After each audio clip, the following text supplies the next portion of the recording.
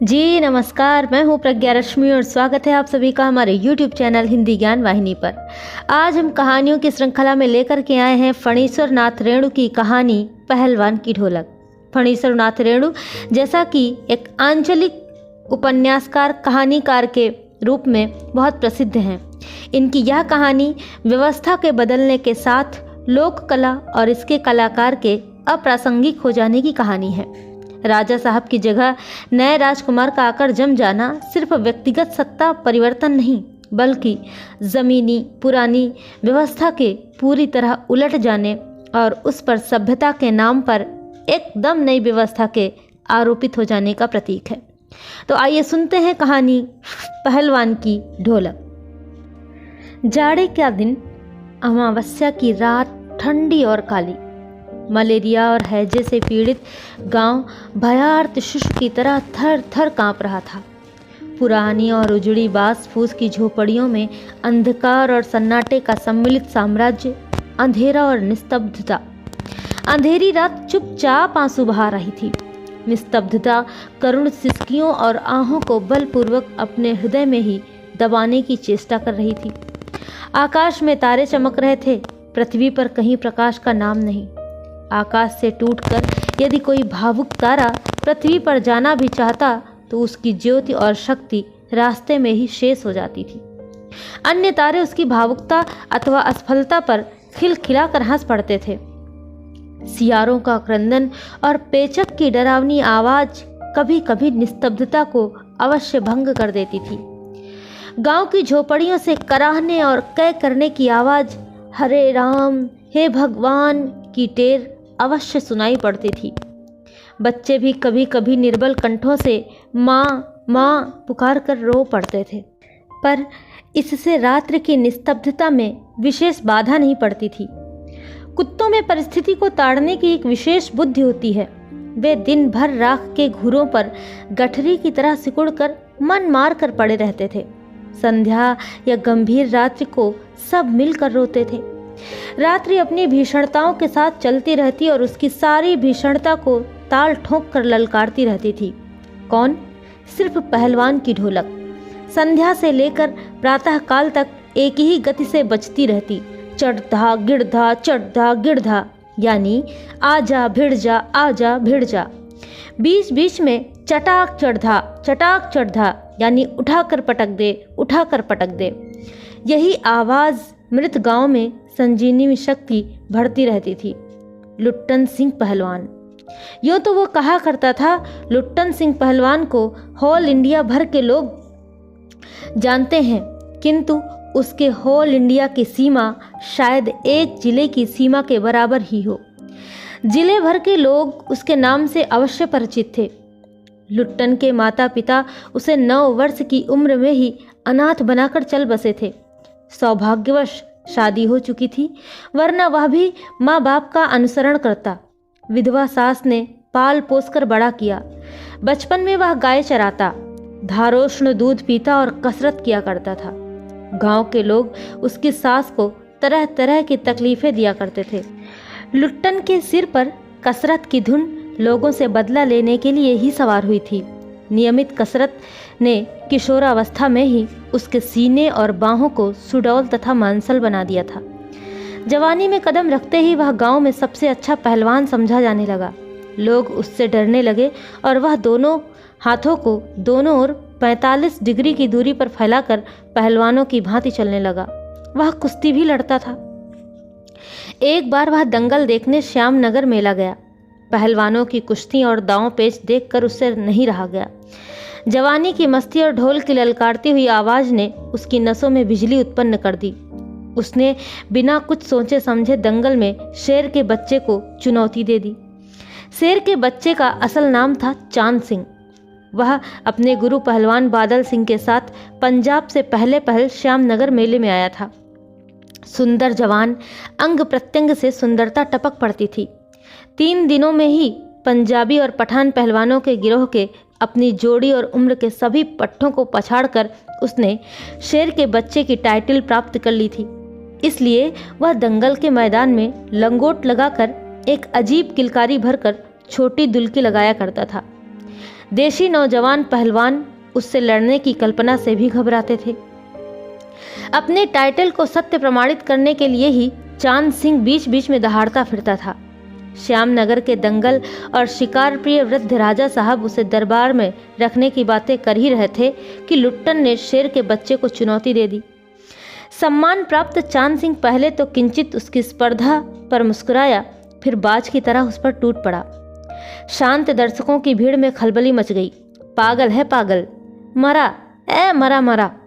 पर वाह रे बहादुर, लुट्टन बड़ी सफाई से आक्रमण को संभाल कर निकल कर उठ खड़ा हुआ और पैंतरा दिखाने लगा। राजा साहब ने कुश्ती बंद करवा कर लुट्टन को अपने पास बुलवाया और समझाया। अंत में उसकी हिम्मत की प्रशंसा करते हुए 10 रुपए का नोट देकर कहने लगे, जाओ मेला देखकर घर जाओ। नहीं सरकार, लड़ेंगे। हुक्म हो सरकार। तुम पागल हो, जाओ। मैनेजर साहब से लेकर सिपाहियों तक ने धमकाया। देह में गोश्त नहीं, लड़ने चला है शेर के बच्चे से। सरकार इतना समझा रहे हैं। दुहाई सरकार, पत्थर पर माथा पटक कर मर जाऊंगा। मिले हुक्म। वह हाथ जोड़कर गिड़गिड़ाता रहा था। भीड़ अधीर हो रही थी। बाजे बंद हो गए थे। पंजाबी पहलवानों की जमायत क्रोध से पागल होकर लुट्टन पर गालियों की बौछार कर रही थी। दर्शकों की मंडली उत्तेजित हो रही थी। कोई लुट्टन के पक्ष से चिल्ला उठता था, उसे लड़ने दिया जाए। अकेला चांद सिंह मैदान में खड़ा व्यर्थ मुस्कुराने की चेष्टा कर रहा था। पहली पकड़ में ही उसने अपनी प्रतिद्वंदी की शक्ति का अंदाजा उसे मिल गया था। विवश होकर राजा साहब ने आज्ञा दे दी, ठीक है, लड़ने दो। बाजे बजने लगे। दर्शकों में फिर उत्तेजना फैली। कोलाहल बढ़ गया। मेले के दुकानदार दुकान बंद करके दौड़े। चांद सिंह की जोड़ी चांद की कुश्ती हो रही है। चटधा गिरधा, चटधा गिरधा भरी आवाज में एक ढोल जो अब तक चुप था बोलने लगा, ढाक ढिना ढाक ढिना ढाक ढिना, अर्थात वाह पट्ठे वाह पट्ठे। लुट्टन को चांद ने कसकर दबा लिया था। अरे गया गया। दर्शकों ने तालियां बजाई। हलवा हो जाएगा हलवा। हंसी खेल नहीं, शेर का बच्चा है बच्चू। चट गिरधा चट गिरधा चट गिरधा, अर्थात मत डरना मत डरना मत डरना। लुट्टन की गर्दन पर केहुनी डालकर चांद चित्त करने की कोशिश कर रहा था। वहीं दफना दे बहादुर, बादल सिंह अपने शिष्य को उत्साहित कर रहा था। लुट्टन की आंखें बाहर निकल रही थीं। उसकी छाती फटने फटने को हो रही थी। राजमत बहुमत चांद के पक्ष में था। सभी चांद को शाबाशी दे रहे थे। लुट्टन के पक्ष में सिर्फ ढोल की आवाज थी, जिसकी ताल पर वह अपनी शक्ति और दांव पेच की परीक्षा ले रहा था, अपनी हिम्मत को बढ़ा रहा था। अचानक ढोल की एक पतली आवाज सुनाई पड़ी, धाक धीना तिरकट धीना धाक धीना तिरकट धीना। लुट्टन को स्पष्ट सुनाई पड़ा। ढोल कह रहा था, दांव काटो बाहर हो जा, दांव काटो बाहर हो जा। लोगों के आश्चर्य की सीमा नहीं रही। लुट्टन दांव काट कर बाहर निकला और तुरंत लपक कर उसने चांद की गर्दन पकड़ ली। वाह रे मिट्टी के शेर, अच्छा बाहर निकल आया, इसीलिए तो। अब जनमत बदल रहा था। मोटी और भौंडी आवाज वाला ढोल बज उठा। चटाक चढ़धा, यानी उठा पटक दे उठा पटक दे। लुट्टन ने चालाकी से दांव और जोर लगाकर चांद को जमीन पर दे मारा। धीना धीना दिग धीना, अर्थात चित करो चित करो। लुट्टन ने अंतिम जोर लगाया। चांद सिंह चारों खाने चित्त हो रहा।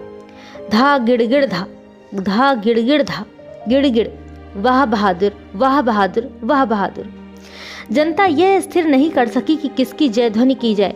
फलतः अपनी अपनी इच्छानुसार किसी ने माँ दुर्गा की, महावीर जी की, कुछ ने राजा श्यामनंद की जय ध्वनि की।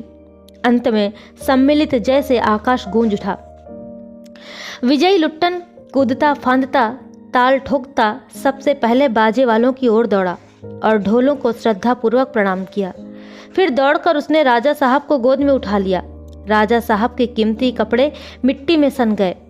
मैनेजर साहब ने आपत्ति की, हैं अरे रे, किंतु राजा साहब ने स्वयं उसे छाती से लगाकर गदगद होकर कहा, जीते रहो बहादुर, तुमने मिट्टी की लाज रख ली। पंजाबी पहलवानों की जमात चांद सिंह की आंखें पोंछ रही थी। लुट्टन को राजा साहब ने पुरस्कृत ही नहीं किया, अपने दरबार में सदा के लिए रख लिया। तब से लुट्टन राज पहलवान हो गया और राजा साहब उसे लुट्टन सिंह कहकर पुकारने लगे। राज पंडितों ने मुंह बिचकाया। हुजूर, जाति का सिंह? मैनेजर साहब क्षत्रिय थे। क्लीन शेव्ड चेहरे को संकुचित करते हुए अपनी शक्ति लगाकर नाक के बाल उखाड़ रहे थे। चुटकी से अत्याचारी बाल को रगड़ते हुए बोले, हाँ सरकार, ये अन्याय है। राजा साहब ने मुस्कुराते हुए सिर्फ इतना ही कहा, उसने क्षत्रिय का काम किया है। उसी दिन से लुट्टन सिंह पहलवान की कीर्ति दूर दूर तक फैल गई। पौष्टिक भोजन और व्यायाम तथा राजा साहब की स्नेह दृष्टि ने उसकी प्रसिद्धि में चार चांद लगा दिए। कुछ वर्षों में ही उसने एक एक कर सभी नामी पहलवानों को मिट्टी सुंघाकर आसमान दिखा दिया। काला खां के संबंध में यह बात मशहूर थी कि वह ज्यों ही लंगोट लगाकर आली कहकर अपने प्रतिद्वंदी पर टूटता है, प्रतिद्वंदी पहलवान को लकवा मार जाता है। लुट्टन ने उसको भी पटक कर लोगों का भ्रम दूर कर दिया। उसके बाद से वह राज दरबार का दर्शनीय जीव ही रहा। चिड़िया खाने में पिंजड़े और जंजीरों को झकझोर कर बाघ दहाड़ता, हाँ ऊँ। सुनने वाले कहते, राजा का बाघ बोला। ठाकुर बाड़े के सामने पहलवान गरजता, महावीर। लोग समझ लेते पहलवान बोला। मेले में वह घुटने तक लंबा चोगा पहने अस्त व्यस्त पगड़ी बांधकर मतवाले हाथी की तरह झूमता चलता। दुकानदारों को चुहल करने की सूझती। हलवाई अपनी दुकान पर बुलाता, पहलवान काका, ताजा रसगुल्ला बना है, जरा नाश्ता कर लो। पहलवान बच्चों की सी स्वाभाविक हंसी हंसकर कहता, अरे तनी मनी का है, ले आओ 1.5 सेर, और बैठ जाता। 2 सेर रसगुल्ला को उदरस्थ करके मुंह में 8-10 पान की गिलोरियां ठूंस ठुड्डी को पान के रस से लाल करते हुए अपनी चाल से मेले में घूमता। मेले से दरबार लौटने के समय उसकी अजीब हुलिया रहती। आंखों पर रंगीन अबरख का चश्मा, हाथ में खिलौने को नचाता और मुंह से पीतल की सीटी बजाता हंसता हुआ वह वापस जाता। बल और शरीर की वृद्धि के साथ बुद्धि का परिणाम घटकर बच्चों की बुद्धि के बराबर ही रह गया था उसमें। दंगल में ढोल की आवाज़ सुनते ही वह अपने भारी भरकम शरीर का प्रदर्शन करना शुरू कर देता था। उसकी जोड़ी तो मिलती ही नहीं थी। यदि कोई उससे लड़ना भी चाहता तो राजा साहब लुट्टन को आज्ञा ही नहीं देते। इसलिए वह निराश होकर लंगोट लगाकर देह में मिट्टी मल और उछाल कर अपने को सांड या भैंसा साबित करता रहता था। बूढ़े राजा साहब देख देख कर मुस्कुराते रहते। यूं ही 15 वर्ष बीत गए। पहलवान अजेय रहा। वह दंगल में अपने दोनों पुत्रों को लेकर उतरता था। पहलवान की सास पहले ही मर चुकी थी। पहलवान की स्त्री भी 2 पहलवानों को पैदा करके स्वर्ग सिधार गई थी। दोनों लड़के पिता की तरह ही गठीले और तगड़े थे। दंगल में दोनों को देखकर लोगों के मुंह से अनायास ही निकल पड़ता, वाह, बाप से भी बढ़कर निकलेंगे ये दोनों बेटे। दोनों ही लड़के राज दरबार के भावी पहलवान घोषित हो चुके थे। अतः दोनों का भरण पोषण दरबार से ही हो रहा था। प्रतिदिन प्रातःकाल पहलवान स्वयं ढोलक बजा बजा कर दोनों से कसरत करवाता। दोपहर में लेटे लेटे दोनों को सांसारिक ज्ञान की भी शिक्षा देता। समझे? ढोलक की आवाज पर पूरा ध्यान देना। हाँ, मेरा गुरु कोई पहलवान नहीं, यही ढोल है, समझे? ढोल की आवाज के प्रताप से ही मैं पहलवान हुआ। दंगल में उतरकर सबसे पहले ढोलों को प्रणाम करना, समझे? ऐसी ही बहुत सी बातें वह कहा करता। फिर मालिक को कैसे खुश रखा जाता है, कब कैसा व्यवहार करना चाहिए आदि की शिक्षा वह नित्य दिया करता था। किंतु उसकी शिक्षा दीक्षा सब किए कराए पर एक दिन पानी फिर गया। वृद्ध राजा स्वर्ग सिधार गए। नए राजकुमार ने विलायत से आते ही राज्य को अपने हाथ में ले लिया। राजा साहब के समय शिथिलता आ गई थी, राजकुमार के आते ही दूर हो गई। बहुत से परिवर्तन हुए। उन्हीं परिवर्तनों की चपेटाघात में पड़ा पहलवान भी। दंगल का स्थान घोड़े की रेस ने ले लिया। पहलवान तथा दोनों भावी पहलवानों का दैनिक भोजन व्यय सुनते ही राजकुमार ने कहा, टेरिबल। नए मैनेजर साहब ने भी कहा, हॉरिबल। पहलवान को साफ जवाब मिल गया। राज दरबार में उसकी आवश्यकता नहीं। उसको गिड़गिड़ाने का भी मौका नहीं दिया गया। उसी दिन वह ढोलक कंधे से लटकाकर अपने दोनों पुत्रों के साथ अपने गांव में लौट आया और वहीं रहने लगा। गांव के एक छोर पर गांव वालों ने एक झोपड़ी बांध दी। वहीं रहकर वह गांव के नौजवानों और चरवाहों को कुश्ती सिखाने लगा। खाने पीने का खर्च गांव वालों की ओर से बंधा हुआ था। सुबह शाम वह स्वयं ढोलक बजाकर अपने शिष्यों और पुत्रों को दांव पेच वगैरह सिखाया करता था। गांव के किसान और खेतिहर मजदूर के बच्चे भला क्या खाकर कुश्ती सीखते। धीरे धीरे पहलवान का स्कूल खाली पड़ने लगा। अंत में अपने दोनों पुत्रों को ही वह ढोलक बजा बजा कर लड़ाता रहा, सिखाता रहा। दोनों लड़के दिन भर मजदूरी करके जो कुछ भी लाते उसी में गुजर होती रही। अकस्मात गांव पर यह वज्रपात हुआ। पहले अनावृष्टि, फिर अन्न की कमी, तब मलेरिया और हैजे ने मिलकर गांव को भूनना शुरू कर दिया। गांव प्रायः सूना हो चला था। घर के घर खाली पड़ गए थे। रोज 2-3 लाशें उठने लगी। लोगों में खलबली मची हुई थी। दिन में तो कलरव, हाहाकार तथा हृदय विदारक रुदन के बावजूद भी लोगों के चेहरे पर कुछ प्रभा दृष्टिगोचर होती थी। शायद सूर्य के प्रकाश में सूर्योदय होते ही लोग कांखते कूखते कराहते अपने अपने घरों से बाहर निकलकर अपने पड़ोसियों और आत्मीयों को ढांढस देते थे।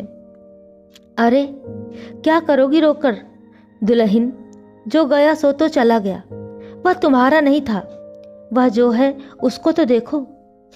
भैया, घर में मुर्दा रख के कब तक रोगे? कफन की क्या जरूरत है? दयाओ नदी में, इत्यादि। किंतु सूर्यास्त होते ही जब लोग अपनी अपनी झोपड़ियों में घुस जाते तो चूं भी नहीं करते। उनकी बोलने की शक्ति भी जाती रहती। पास में दम तोड़ते हुए पुत्र को अंतिम बार बेटा कहकर पुकारने की भी हिम्मत माताओं की नहीं होती थी।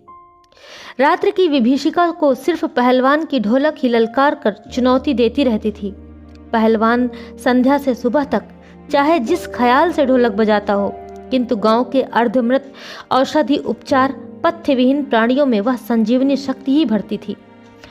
बूढ़े बच्चे जवानों की शक्तिहीन आंखों के आगे दंगल का दृश्य नाचने लगता था। स्पंदन शक्ति शून्य स्नायुओं में भी बिजली दौड़ जाती थी। अवश्य ही ढोलक की आवाज में न तो बुखार हटाने का कोई गुण था और न महामारी की सर्वनाश शक्ति को रोकने की शक्ति ही।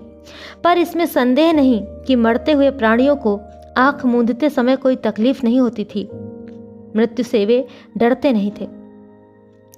जिस दिन पहलवान के दोनों बेटे क्रूर काल की चपेटाघात में पड़े, असह वेदना से छटपटाते हुए दोनों ने कहा था, बाबा उठा पटक दो वाला ताल बजाओ। चटाक चढ़धा सारी रात ढोलक पीटता रहा पहलवान। बीच बीच में पहलवानों की भाषा में उत्साहित भी करता था, मारो बहादुर। प्रातः काल उसने देखा उसके दोनों बच्चे जमीन पर निस्पंद पड़े हैं। दोनों पेट के बल पड़े हुए थे।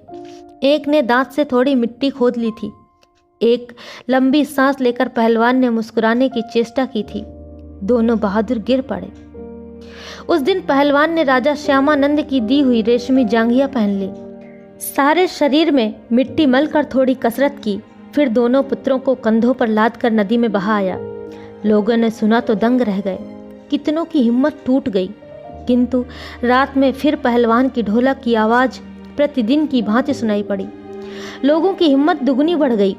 संतप्त पिता माताओं ने कहा, दोनों पहलवान बेटे मर गए, पर पहलवान की हिम्मत तो देखो, 1.5 हाथ का कलेजा है। 4-5 दिनों के बाद एक रात को ढोलक की आवाज नहीं सुनाई पड़ी। ढोलक नहीं बोली। पहलवान के कुछ दिलेर किंतु रुग्ण शिष्यों ने प्रातःकाल जाकर देखा, पहलवान की लाश चित पड़ी है। आंसू पोंछते हुए एक ने कहा, गुरुजी कहा करते थे कि जब मैं मर जाऊं तो चिता पर मुझे चित्त नहीं, पेट के बल सुलाना। मैं जिंदगी में कभी चित्त नहीं हुआ और चिता सुलगाने के समय ढोलक बजा देना। और इसके आगे वह बोल नहीं सका। तो यह दारुण कहानी यहीं पर समाप्त होती है। आशा करते हैं आपको ज़रूर अच्छी लगी होगी। ऐसी ही बेहतरीन कहानियों को सुनने के लिए आप हमारे चैनल के साथ जुड़े रहिए। अभी तक आपने हमारे चैनल को सब्सक्राइब नहीं किया है तो ऐसी ही कहानियों को सुनने के लिए चैनल को सब्सक्राइब जरूर कर लें। बेल आइकन को प्रेस करना बिल्कुल ना भूलें, जिससे कि आपको समय पर नोटिफिकेशन मिल सके। बहुत बहुत धन्यवाद। नमस्कार।